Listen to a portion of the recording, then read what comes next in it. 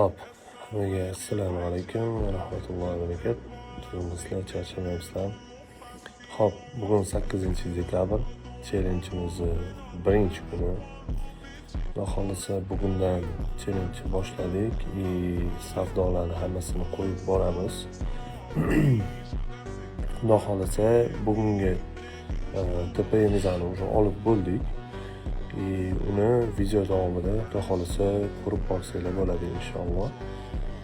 Yog'iga gazovat qilamiz, ya'ni videolarni, reelslarni qo'yib boramiz. Xudo xolasa Chef'dan akkauntida challenge ko'rib borsanglar bo'ladi. Ya'ni kunlik maqsadli foyda depozitga nisbatan va kirilgan tochkalar, stopilgan tochkalar, topilgan tochkalar hammasi Xudo xolasa ko'rsatiladi mana buni videoda. Videoda o'zingiz uchun ko'rsatib bo'ladi. Kuninglar xayrli va barakatli bo'lsin.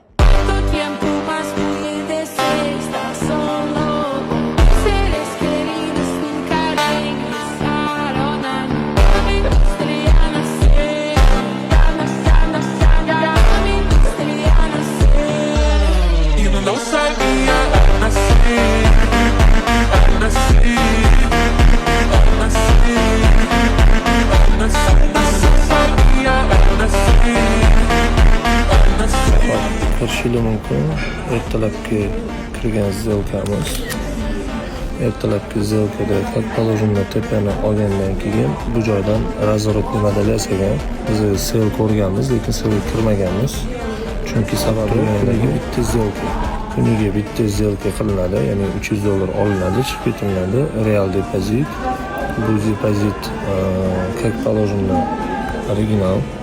Bu kunligi bugun ishlangani, ya'ni 8-dekabrda bu real depozitligi, bu ochilgan zelkasi. Ko'rayotganinglardek bu joyda уже bozor bizning tepamizni olgandan keyin именно shu joyda razворот bergan. Sel holatga biz bu joyda sel olmaganmiz, sababi bizning kunlik diapazonimiz как положено to'g'rilanib bo'lgan. Ya'ni olib bo'lganmiz $300 boshqa ko'rayotganinglardek bozor u joyga qaytib chiqmagan.